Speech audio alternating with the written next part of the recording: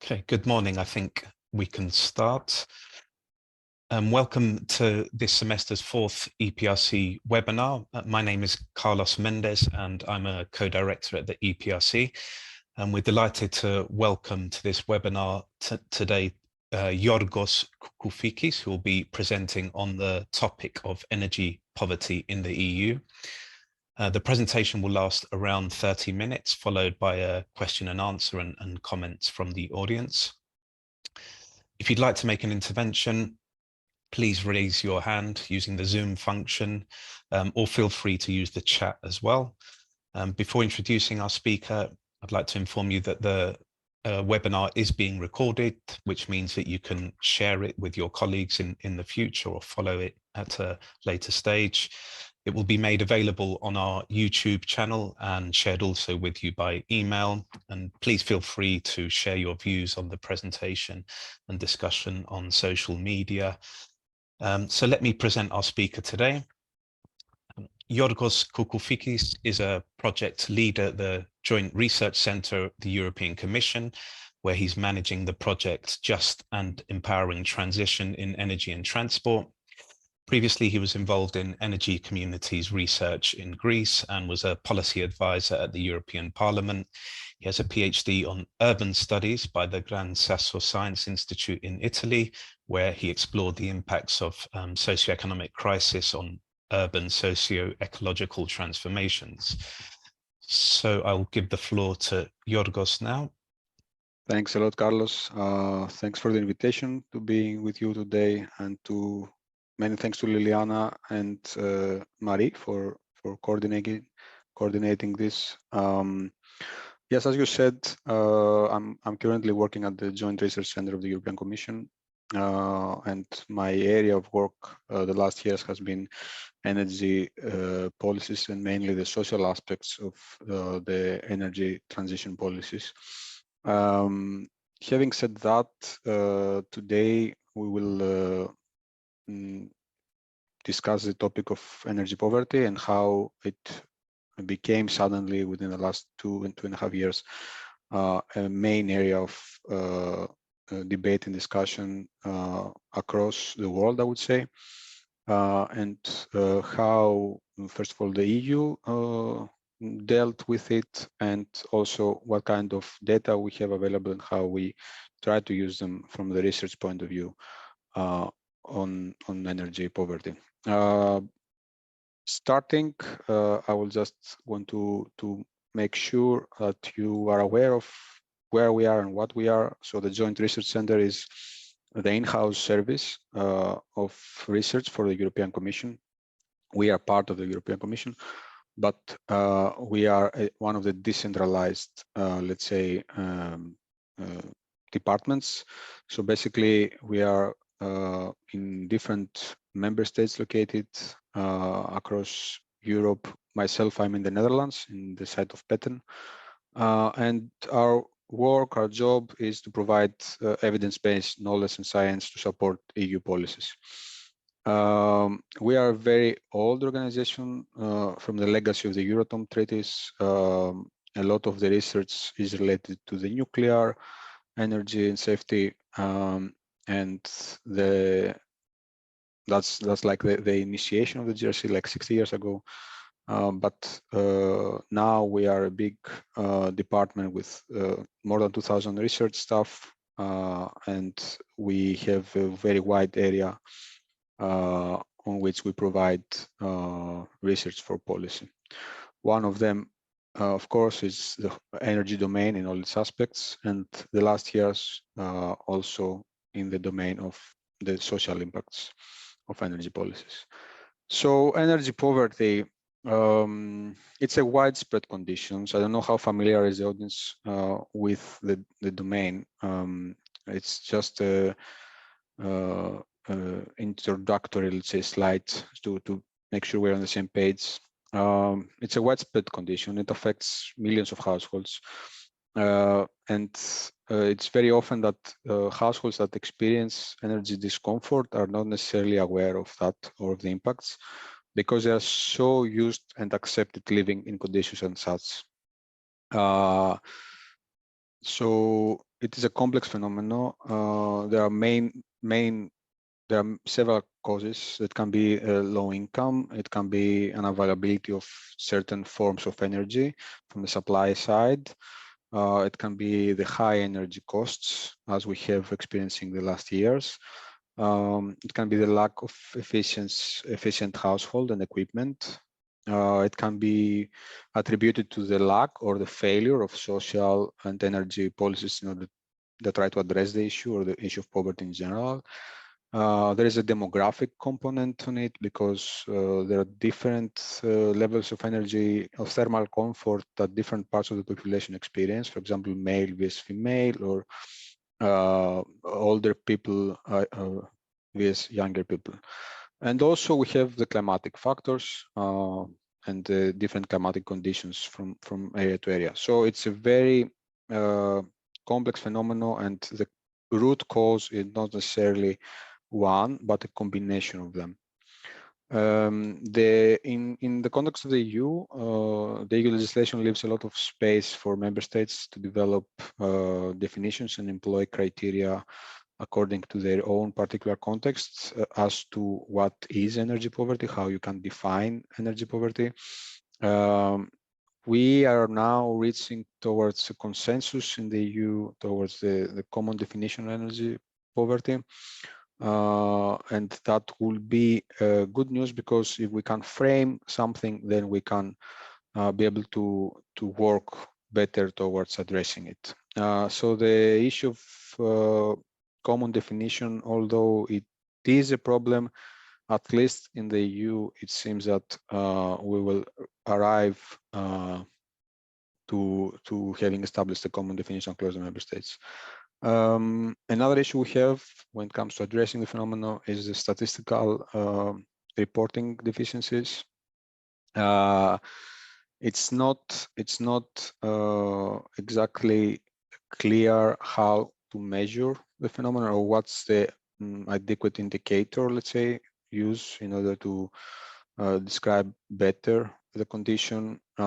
It's very difficult to be consistent across countries, and the so far tools that we use mainly in the EU are some surveys that I will explain later in order to do so. But the indicators we use, they do have some problematics that it's not easy to be addressed. And then another challenge, let's say, is of course the impacts, the economic impacts of the pandemic, and then the impacts from the war between in Ukraine, and of course this is something that affects let's say the phenomenon globally, but today we are focused on the EU.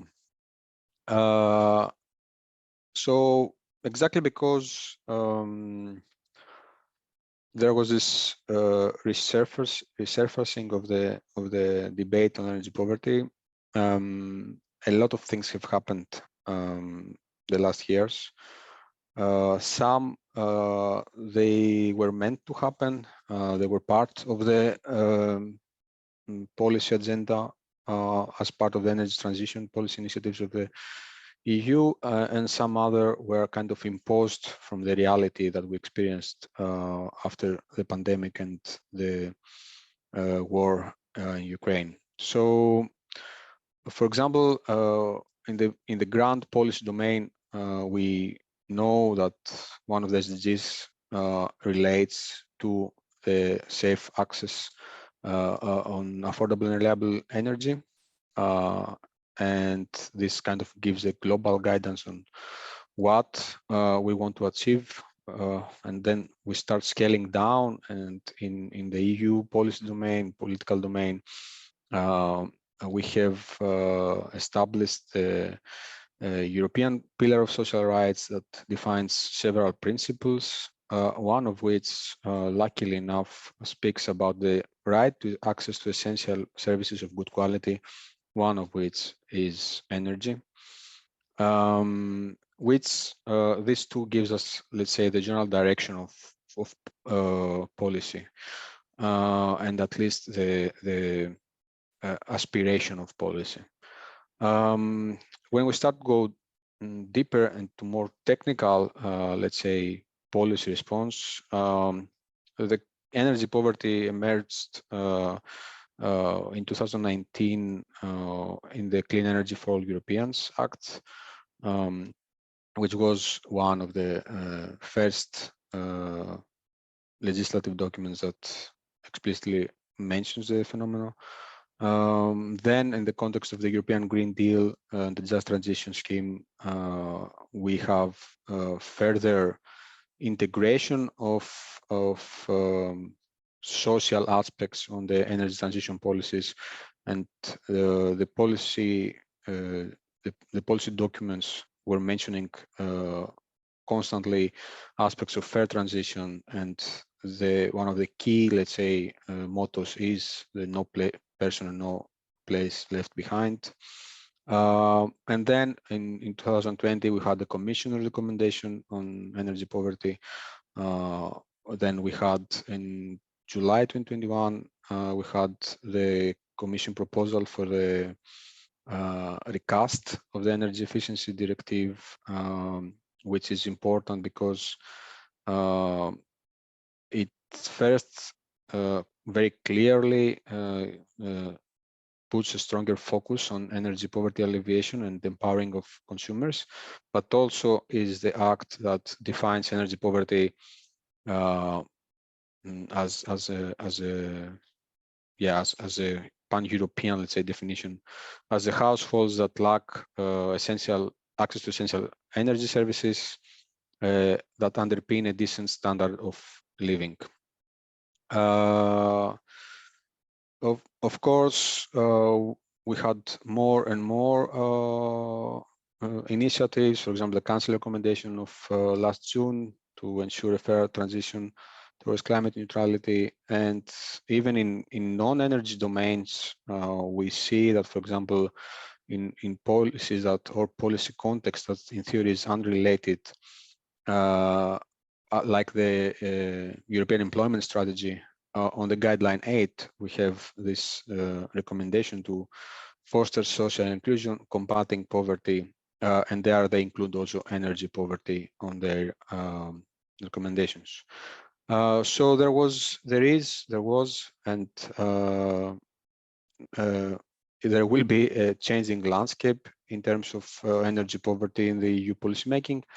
And of course, when something becomes more popular as a working agenda or as a research agenda, you always have more and more things to work and answer. In the EU, in order to try to address the question of what's the level of energy poverty, let's say, across countries, we mainly use some survey tools that provide us with some indicators. These tools comes from the legal basis for statistics in the EU, where we have harmonized and multi-purpose individual and household level data that are collected either annually in the case of the survey on the income and living conditions, the EU SILC, or every 5 years, as in the case of the household budget survey. These surveys provide us with hundreds of variables, and also both with cross-sectional and longitudinal data. So from these surveys, every statistic that deals with energy poverty data comes basically in the EU. And our work, my personal work on those data basically started because there was a need to disaggregate further the data that are publicly available from Eurostat and provide some more user-friendly visualizations in order for policymakers and also other types of users to be able to digest them and analyze them, let's say. What I will present to you today comes from the 2019 data collection period and 2015 for the HBC. We have a delay when it comes to communication of the new data. So we will always have a gap for around 2 years for when we work with EU Silk, and around 3 to 4 years when it comes to HBC. For example, the 2020 HBC data are not available yet to us for using them. Having said that, what we did last year was that we produced our first report, the one I'm probably the one I will share the most from today. And this report does exactly what I just said. So we wanted to tackle this lack of information and understanding better the phenomenon in the EU.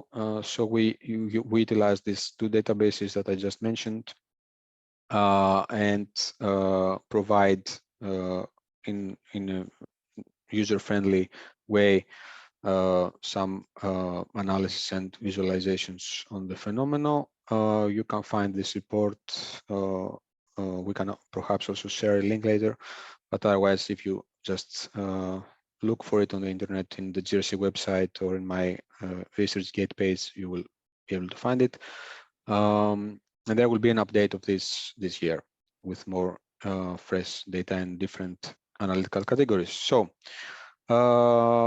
just a reminder, I like to start with this when I speak about energy poverty. I like to speak about the capabilities of households.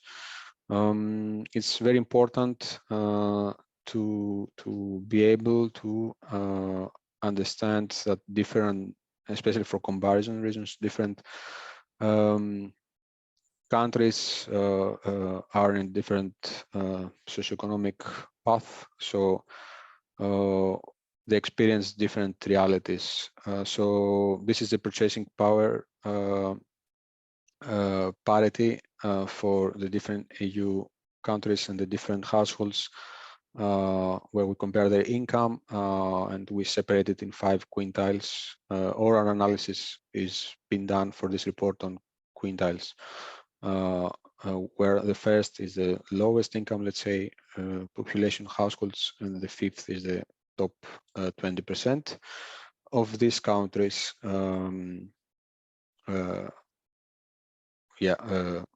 Households in terms of income. So we need to keep in mind when we speak about energy poverty that in 2022, more than 20% of the European population was at risk of poverty and social exclusion. And this is something we always, it's a general reminder when we speak about social policies in the EU, that should be a general reminder, because we have millions and millions of Europeans that are severely materially and socially deprived, and we always need to remind ourselves of that. Having said that, let's start with the energy poverty indicators. One of the main things we use in this domain is an indicator which speaks about the inability or the ability of a home to be kept adequately warm. Of course, what adequately warm means, it's something that is not easy to be defined. It's a perception-based indicator. We ask the people about it, and they reply if they feel that they can keep their home warm or not, but it's based on their own experience. When we compare the data across countries, we can see that, of course, we have huge differences between the EU member states. But generally speaking, the trend the last years, here I show you 2015 and 2019, but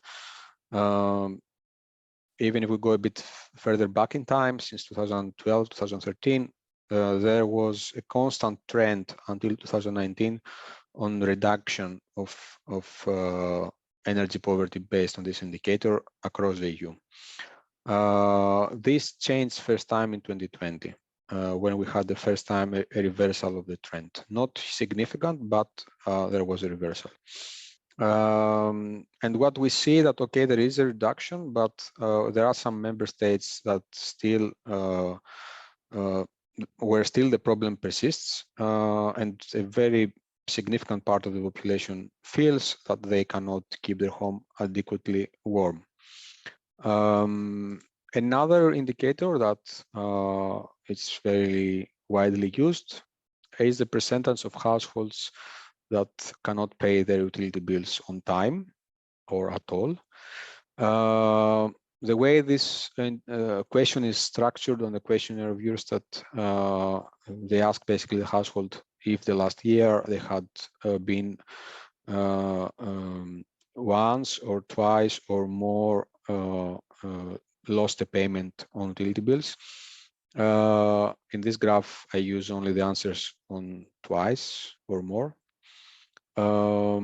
which means that basically the percentages are even bigger. The problem with this indicator is that you don't separate energy bills from other types of bills like water, for example. But also, if you want to look on the trends, we can see that around 10% of the EU population, of the EU households, appear to have arrears on utility bills. There's these percentages are bigger in the Southeast Europe, and then, of course, the same trend of reduction between the 2015 and 2019. We can also see it here visibly, but this again in later data, this has been reversed as well. So these are the two main indicators that we use, basically, the inability to keep the home warm and the arrears on utility bills when it comes from data from the EU Silk survey. But then we have data also from the household budget survey, which is a very useful one, but it only provides us with data every 5 years. So these are the bit old, let's say, data from 2015. But it's worth looking at them because there we can see the actual expenditure for energy use in terms of electricity, in terms of gas, in terms of fuel, for example, for your car. And there we've done an analysis based on income and based on the urbanization level.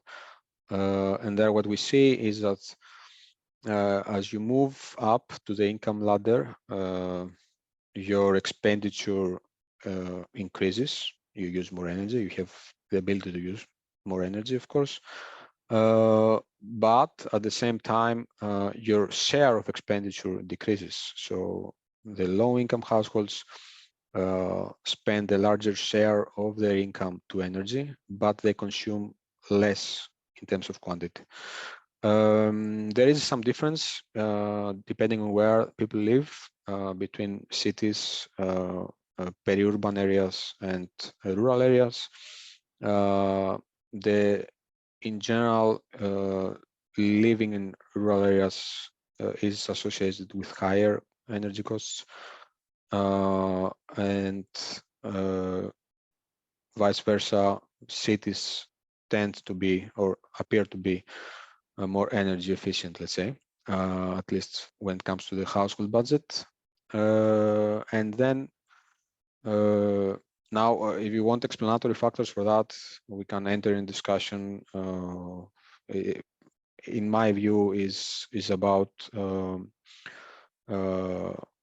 level of insulation in buildings, as well as the amount of energy used for mobility, not only for heating and cooling. Then another thing we did is that we tried to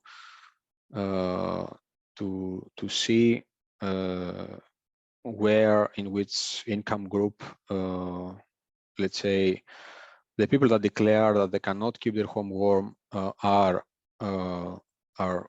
presented. So the first income quintile are the poorest part of the households that we surveyed, and the fifth is the richest one in terms of income.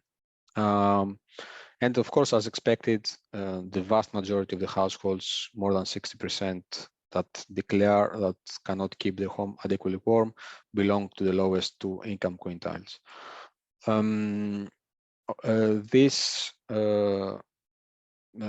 This can be interesting in many ways, but you can also see how different that is from country to country. For example, if we pick Netherlands, for example, you can see that around 80% Netherlands is the pointer working? Yeah, here.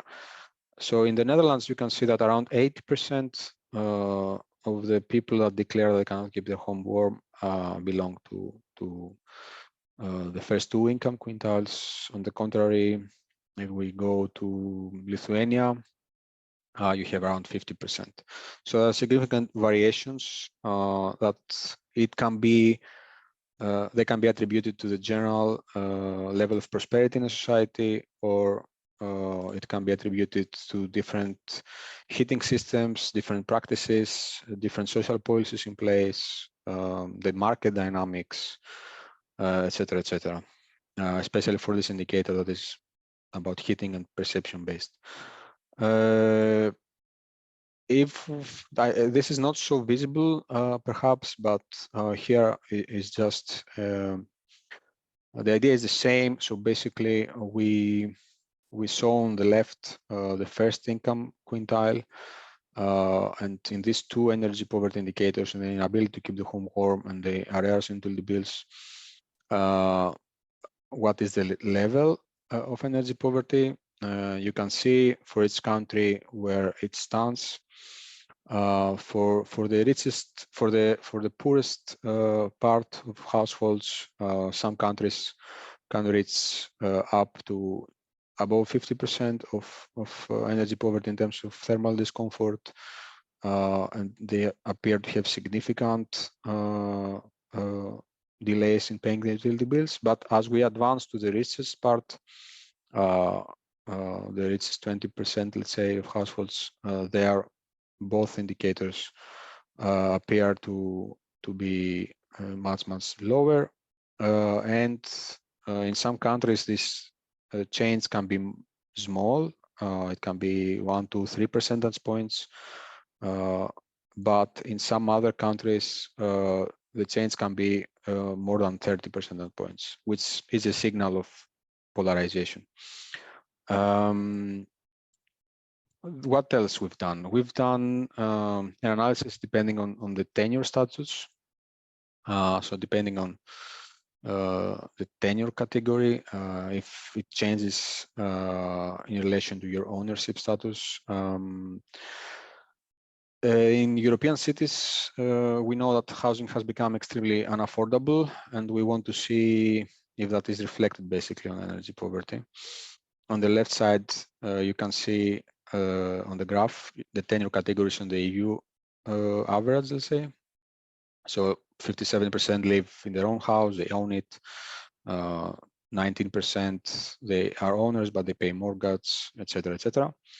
What we observe is that from the only tenure category that is underrepresented in energy poverty indicators across Europe are house owners that pay a mortgage. What that means that they are more, but they are not reporting high energy poverty levels in comparison to their peers that live in rent, or they totally own their house, or they have a free accommodation, or they live in social housing.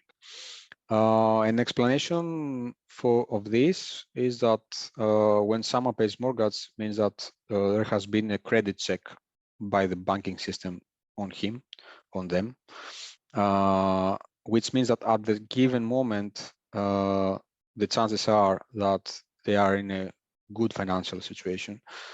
So perhaps they can support their energy needs, their energy lifestyle, and that's perhaps the reason why this category is underrepresented when it comes to energy poverty indicators. Another thing we want to explore is the relationship with the employment status and the activity status. We use there the household's responsible person as a reference point, and how what is their employment status. An example here, of course, unemployment appears to be a very significant condition when it comes to if it affects energy poverty or not.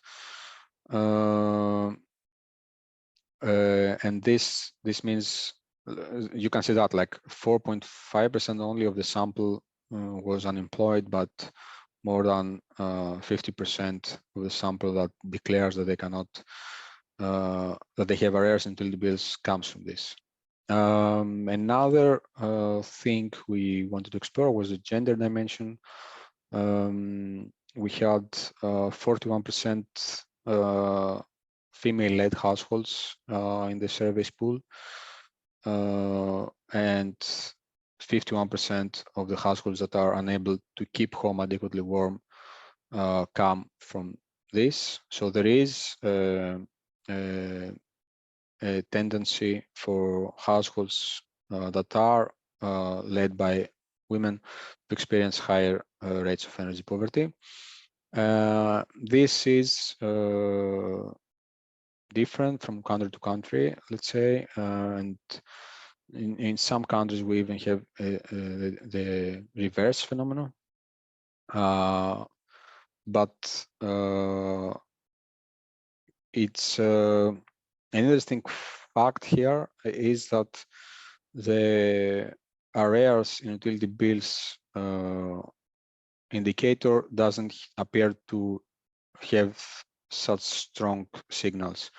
There are different interpretations for that regarding to culture of payment, but we can see this perhaps on the next slide, where there we have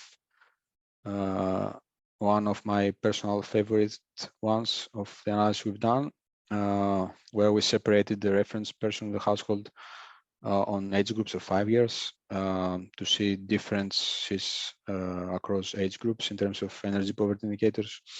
And then we have this graph where it shows us that basically households that house elderly population appear to report more significant difficulties to keep thermal comfort, but at the same time, they pay their bills. So it's on the contrary, let's say in the more middle age segment of the population, we have a lot of arrears in utility bills, but less thermal discomfort. And then we have the young adults between 18 and 28 that report consistently above average in both indicators. So this can be explained, for example, on cultural differences, on the idea that older generations tend to be more responsible in terms of payments, and they can sacrifice some of their thermal comfort, for example. But this requires more qualitative research to be confirmed or to be disputed. That's our personal interpretation. What else we've done is that, of course, we checked for urbanization levels. We don't have significant, let's say, conclusions to make when we're looking on this data set. On average, in the EU, the intermediate areas report significantly lower rates of energy poverty on both indicators. Perhaps that signals more affluent lifestyles in the periphery of cities, as middle and upper classes tend to populate these areas. But again, also this is our personal interpretation of this. It's something that we need to look a bit deeper into in our next analysis in the next years, and perhaps use some other data sets to confirm or not this. And then we also looked on territorial differences. Probably you're familiar with this type of maps. There is more homogeneity when it comes to the indicator on arrears and utility bills. There it's very clear that Southeast Europe is scoring higher, let's say, in this. There are more people that delay their bills, which can also signal the general performance of the economy in those countries. When we go to the inability to keep the house warm, though, we see that there is more disperse in different parts of Europe, in different regions. We can have very high levels of energy discomfort, thermal discomfort. There we also have issues like energy efficiency of buildings and the climatic conditions that play a role explaining this. So this was, let's say, an exercise we did last year based on the data sets we had in our hands. We tried to offer more visualizations and further analysis on what one could find in the Eurostat website. If I have to give a conclusion myself, I will say that stereotypes are confirmed. Basically, unemployed people, women, retired, young adults, and people that pay market rent prices or are they are the social groups and the categories that experience more energy poverty based on these two indicators. So that is good news and bad news in the sense that the more you're able to pinpoint who is in need, the better tools and policies you can make to address the phenomenon. We will update this report, as I said, on the third and fourth quarter of this year with fresh data, and we'll try to include more categories of analysis and different types of analysis this time. It's a work in progress. But thank you for inviting me. I hope I gave you an overview of that. We have more research on energy poverty done in GRC. You can find it in our channels, and also if you want to connect with me, you have my contact there. So thanks a lot, and the floor is back to Carlos. Thank you very much, Giorgos. That was a really excellent overview of the scale of energy poverty in Europe and what is obviously a very critical problem across Europe and globally at the moment. And it will be really interesting to see how the temporal changes will follow, given the incorporation of new data following the Ukraine war and ongoing energy crisis. I think I'll open the floor immediately to anybody in the audience that would like to ask a question or make an observation, comment. Please raise your hand and feel free to introduce yourself.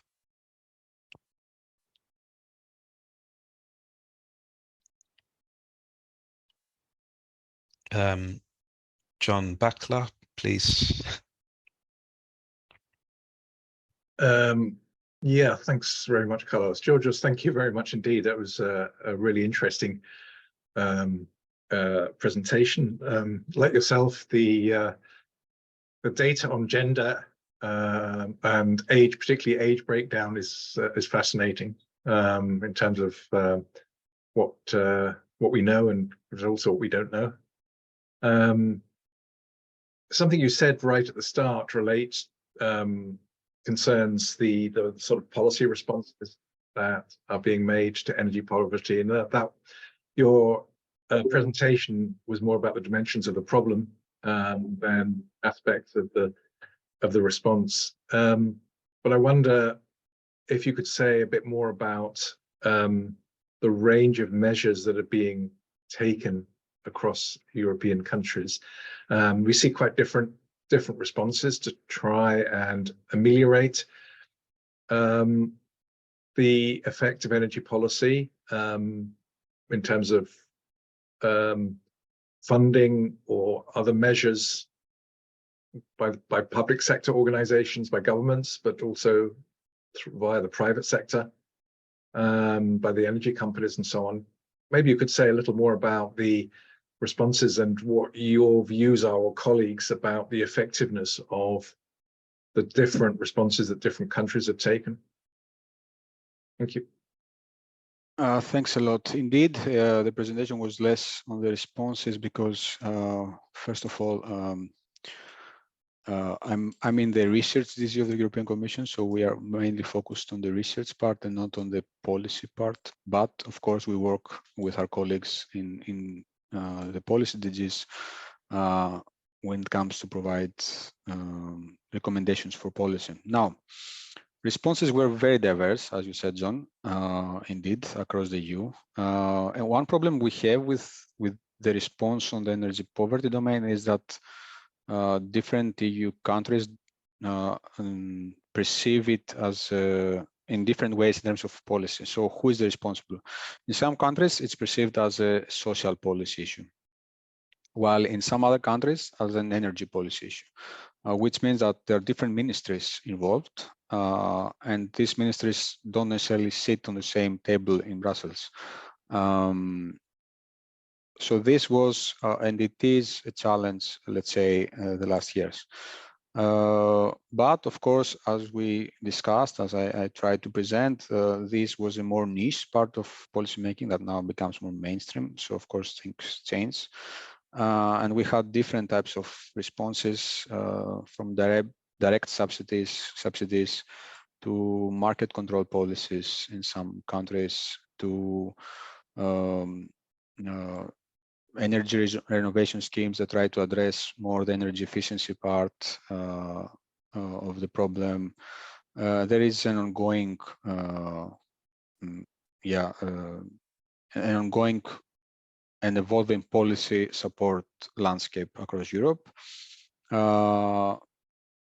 I wouldn't speak about what happened. I would speak about what will happen in the future, because there is a discussion for a new social fund that will be funded and directly address the energy poverty and income poverty problem in the EU. It is part of the EU's policy-making aspiration. It's not yet confirmed, but it can be perhaps an answer to your question. The fact that the Social Climate Fund will have provisions on direct support to European households that are in need, and this fund will be funded from the new ETS system, for example. So this is a more grand response, let's say, to the problem from the EU policymaking perspective. Now, in the member states, there are more classical approaches, as I mentioned, like support schemes, direct income support schemes, or tariffs, special tariffs in energy bills. There's not so much policy innovation there. What changed is the intensity, and also there used to be more of a resistance from policymakers to provide extra support. That basically what changed is that this resistance was curbed. I don't know if I answered your question.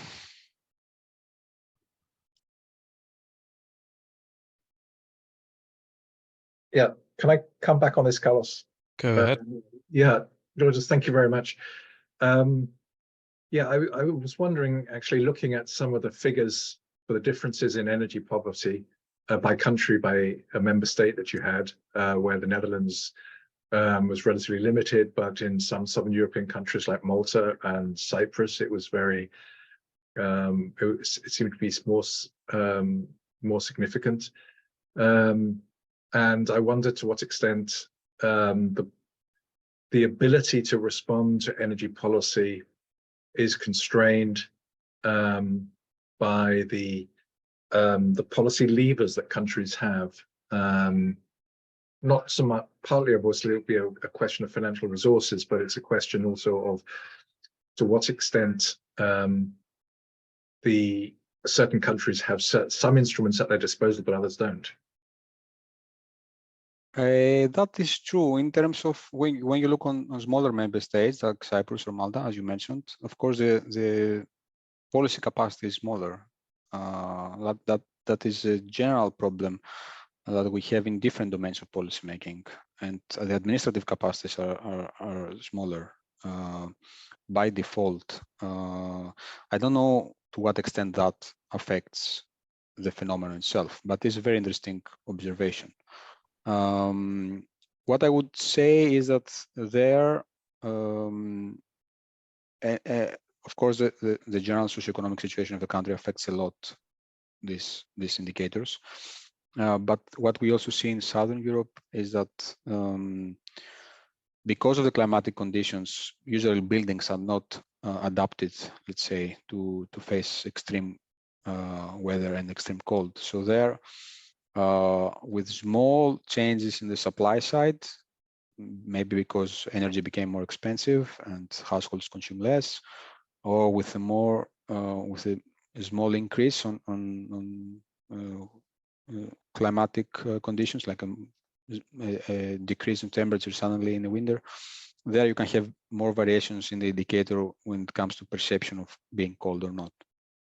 While in the north, buildings are more adapted to it, and also lifestyles are different. It's not the same cold as perceived by the same people in the same temperature level, for example.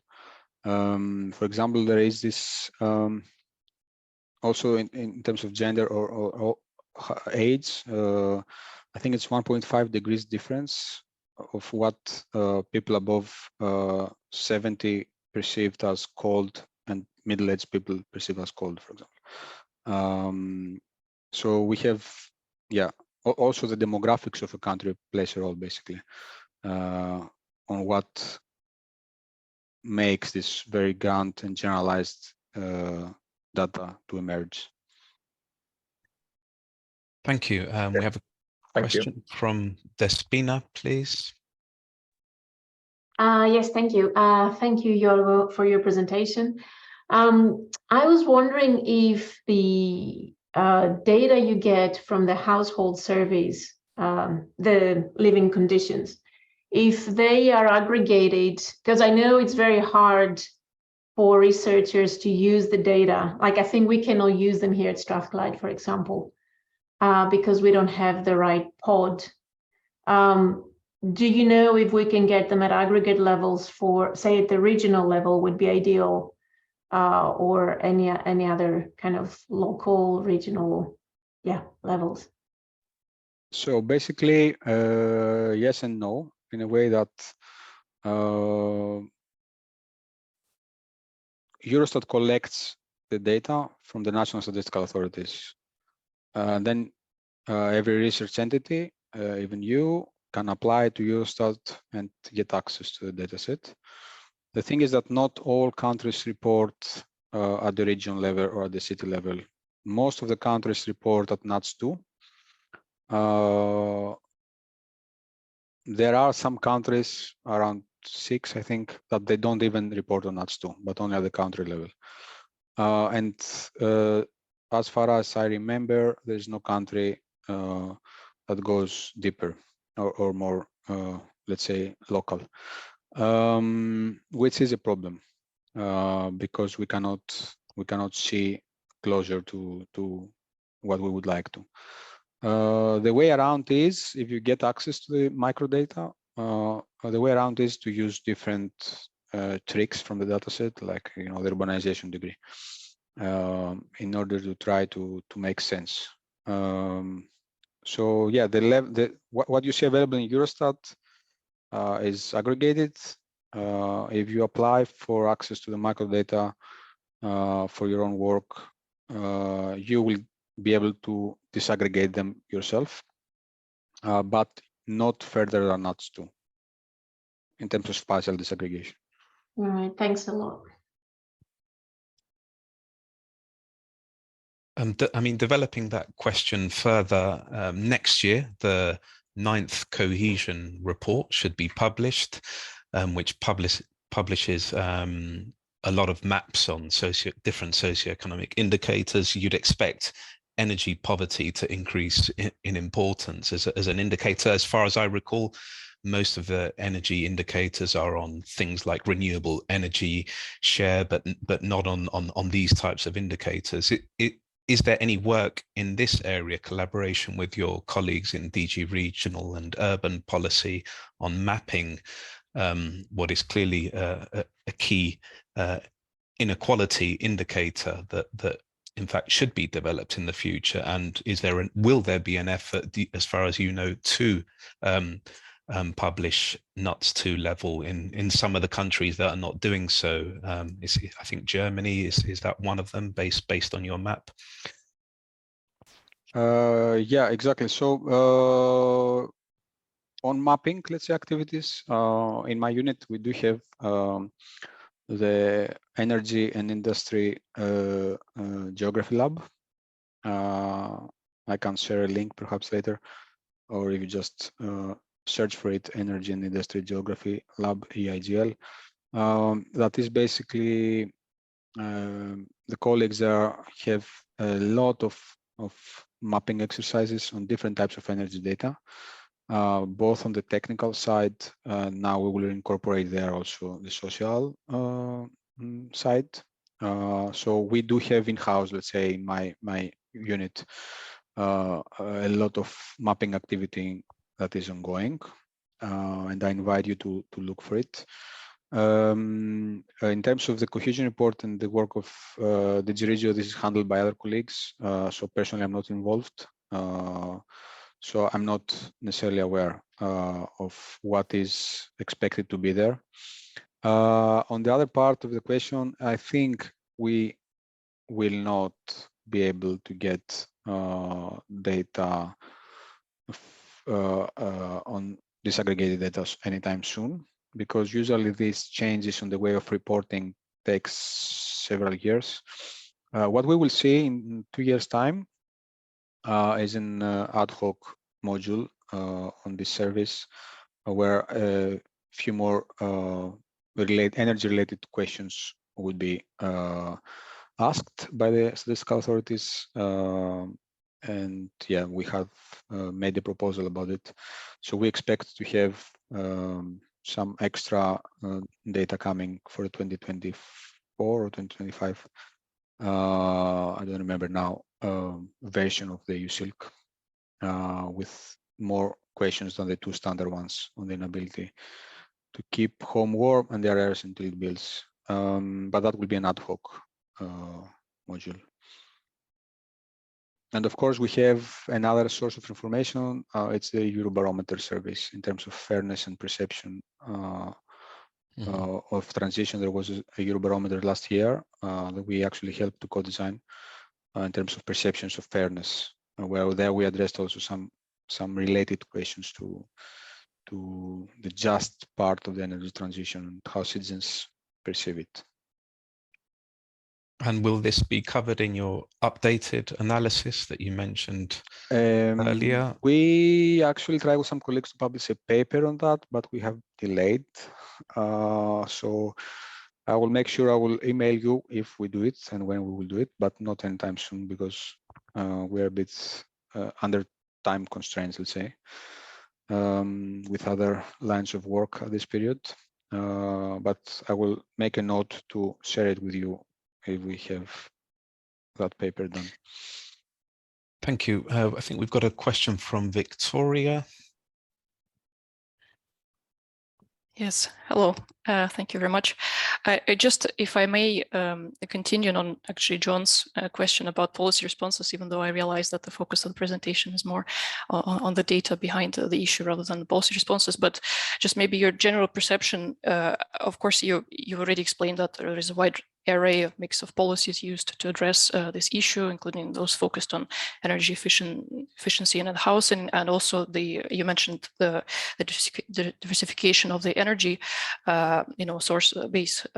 I was just wondering if maybe, of course, it depends on the country, but if in general at EU level, you've seen recently maybe a particular push, especially in the context of the recent energy crisis due to the war and all the energy challenges that it raises, a particular push maybe in this sort of mix of policies that the EU promotes to tackle this, focus on specifically diversification of the energy sources and sort of push towards the households, diversifying the sources they use in the direction of using renewables more, if it has raised on the agenda particularly, and if so, do you see maybe a sort of a conflict between this push for this households, particularly poor households, to switch to more sustainable energy sources and actually the ability to do that, to implement that and afford this, if that's an issue, and how has this been tackled?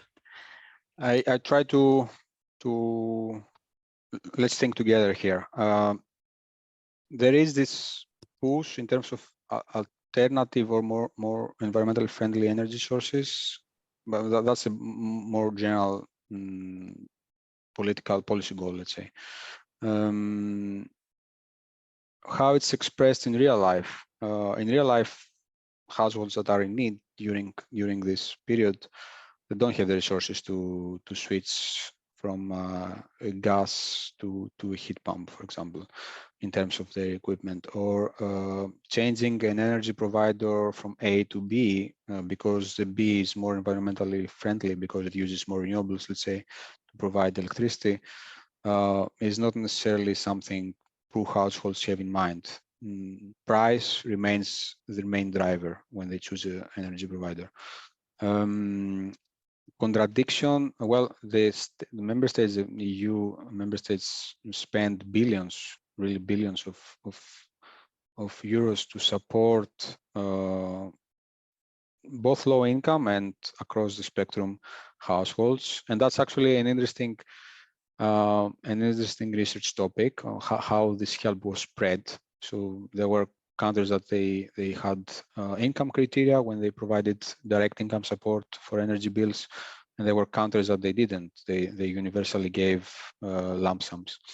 Of course, this is up to member states to decide how they support energy bills of households.